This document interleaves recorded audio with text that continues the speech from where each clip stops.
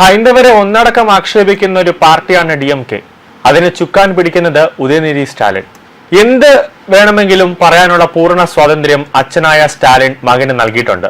അതുകൊണ്ടാണ് ഭരണത്തിൽ ഇരുന്നപ്പോൾ പോലും ഉദയനിധി സ്റ്റാലിൻ സനാതനധർമ്മം സാമൂഹ്യനീതിക്ക് എതിരാണെന്നും അത് ഉന്മൂലനം ചെയ്യണമെന്നും ഉദയനിധി സ്റ്റാലിൻ പറഞ്ഞുകൊണ്ടിരുന്നത്. അത് വലിയ വിവാദമായി മാറുകയും ചെയ്തപ്പോഴും സ്റ്റാലിൻ ഒരക്ഷരം പോലും മിണ്ടിയില്ല, അതിനെ തടയാനായിട്ട് ചെന്നതുമില്ല. സനാതനധർമ്മത്തെ ഡെങ്കിപ്പനി എന്നും മലേറിയ എന്നും കോവിഡ് എന്നൊക്കെയാണ് അന്ന് ഉദയനിധി സ്റ്റാലിൻ ഉപമിച്ചിരുന്നത്. സ്റ്റാലിൻ ഇതിനെതിരെ ഒരക്ഷരം പോലും പറയാതിരുന്നു. അത് തമിഴകത്ത് വലിയ രീതിയിലുള്ള ചർച്ചാ വിഷയമായി. അങ്ങനെ ഇപ്പോ നിയമസഭാ തെരഞ്ഞെടുപ്പ് വന്നപ്പോൾ ഹൈന്ദവർ സ്റ്റാലിനെ തന്നെ പിടിച്ച് വീട്ടിലിരുത്തിയിരിക്കുകയാണ്. നിലവിൽ ഭരണമെല്ലാം നഷ്ടപ്പെട്ട് പ്രതിപക്ഷത്തിരുന്നിട്ടും ഹൈന്ദവരെ പുച്ഛിക്കുന്ന അല്ലെങ്കിൽ അപമാനിക്കുന്ന രീതിയാണ് ഉദയനിധി സ്റ്റാലിൻ ഇപ്പോഴും എടുത്തിരിക്കുന്നത്. സനാതനധർമ്മത്തെ അധിക്ഷേപിക്കുന്ന രീതി പിന്തുടരുന്നതോടെ തമിഴ്നാട്ടിൽ DMKക്ക് ഭരണം നഷ്ടപ്പെട്ടുകൊണ്ടിരിക്കുന്നു. ഇനി ഒരു അർത്ഥത്തിലും ഇനി ഒരു തെരഞ്ഞെടുപ്പിലും DMK അധികാരത്തിലേക്ക് വരില്ല എന്ന് തന്നെയാണ് തമിഴകർ പറയുന്നത്. കാരണം തമിഴ്നാട്ടിൽ ഏറ്റവും കൂടുതൽ ഹിന്ദു ദൈവങ്ങളെ ആരാധിക്കുന്ന ഒരു സ്ഥലം, അവിടെ ഹിന്ദുക്കൾക്ക് നടത്തേണ്ട പൂജകൾ അല്ലെങ്കിൽ അവരുടെ പരിപാടികളെല്ലാം തന്നെ DMK സർക്കാർ അതിൽ ഇടങ്കോലിടുന്നു. അതെല്ലാം വലിയ രീതിയിൽ ഈ തെരഞ്ഞെടുപ്പിൽ തമിഴ്നാട്ടിൽ വലിയ രീതിയിൽ പ്രതിഫലിച്ചു എന്നതാണ് ഏറ്റവും പ്രധാനപ്പെട്ട കാര്യം. തമിഴ്നാട് നിയമസഭയിൽ സനാതനധർമ്മത്തിനെതിരെ വീണ്ടും വിവാദ പരാമർശമാണ് ഇന്ന് MLAയും പ്രതിപക്ഷ നേതാവുമായ ഉദയനിധി സ്റ്റാലിൻ നടത്തിയത്. സനാതനധർമ്മം നിർമ്മാർജ്ജനം ചെയ്യപ്പെടേണ്ടതാണെന്ന് അദ്ദേഹം ആവശ്യപ്പെടുകയാണ്. ഇതിനെതിരെ ശക്തമായ ഭാഷയിൽ BJP പ്രതിഷേധം നടത്തിയിരിക്കുകയാണ്. ഇന്ന് നിയമസഭയെ അഭിസംബോധന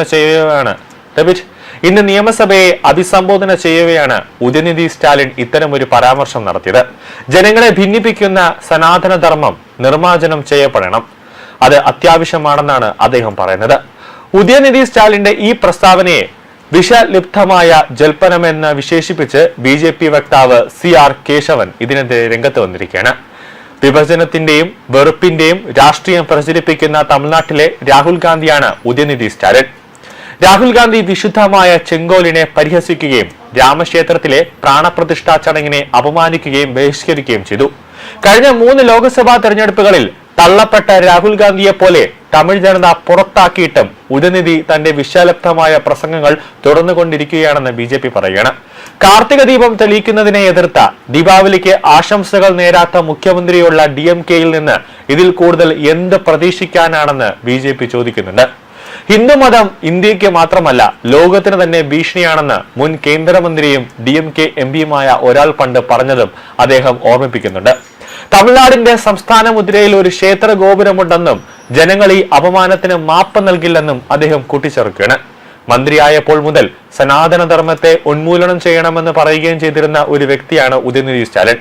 താൻ മാപ്പ് പറയില്ല, അതിപ്പോ സുപ്രീം കോടതിയല്ല ഏത് കോടതി വന്ന് പറഞ്ഞാലും ഞാൻ മാപ്പ് പറയില്ല എന്ന് കടുംപിടുത്തം അല്ലെങ്കിൽ വാശിയിലാണ് ഉദയനിധി സ്റ്റാലിൻ നിൽക്കുന്നത്.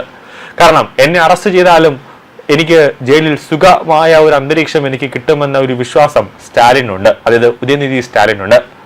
ഉദയനിധി സ്റ്റാലിൻ ആ രീതിയിലുള്ള പരാമർശം തുടരുന്നു. പക്ഷെ ഹൈക്കോടതിയിൽ നിന്നും സുപ്രീം കോടതിയിൽ നിന്നൊക്കെ അവർ വിമർശനമാണ് ഉന്നയിക്കുന്നുണ്ടെങ്കിലും അറസ്റ്റ് ഒന്നും ചെയ്യണ്ട എന്ന് പറയുന്നു. ആ ഒരു സംരക്ഷണം കോടതിയിൽ നിന്നും ഒരു സംരക്ഷണം കിട്ടുന്നത് കൊണ്ടാണ് ഉദയനിധി സ്റ്റാലിൻ എപ്പോഴും സനാതനധർമ്മത്തെ ഇങ്ങനെ അധിക്ഷേപിക്കുന്നത്. സനാതനധർമ്മം ജനങ്ങളെ ഭിന്നിപ്പിക്കുന്നതാണെന്നും അത് സാമൂഹിക സമത്വത്തിന് എതിരാണെന്നും അദ്ദേഹം വീണ്ടും വാദിച്ചുകൊണ്ടിരിക്കുകയാണ്. ഇതിനെതിരെ ഹൈക്കോടതി അടക്കം രൂക്ഷമായ ഒരു വിമർശനം ഉന്നയിച്ചുവെങ്കിലും ഹൈക്കോടതി എന്തുകൊണ്ട് ഈ പരാമർശം നടത്തിയ ഉദയനിധി സ്റ്റാലിനെ അറസ്റ്റ് ചെയ്യാൻ ഹൈക്കോടതിയോ അല്ലെങ്കിൽ സുപ്രീം കോടതിയോ എന്തുകൊണ്ട് തയ്യാറാകുന്നില്ല, അതിനുള്ള ഒരു ഉത്തരവ് എന്തുകൊണ്ട് ഇവർ ഇടുന്നില്ല എന്ന ചോദ്യം തമിഴകത്തെ ജനങ്ങൾ ചോദിച്ചുകൊണ്ടിരിക്കുകയാണ്.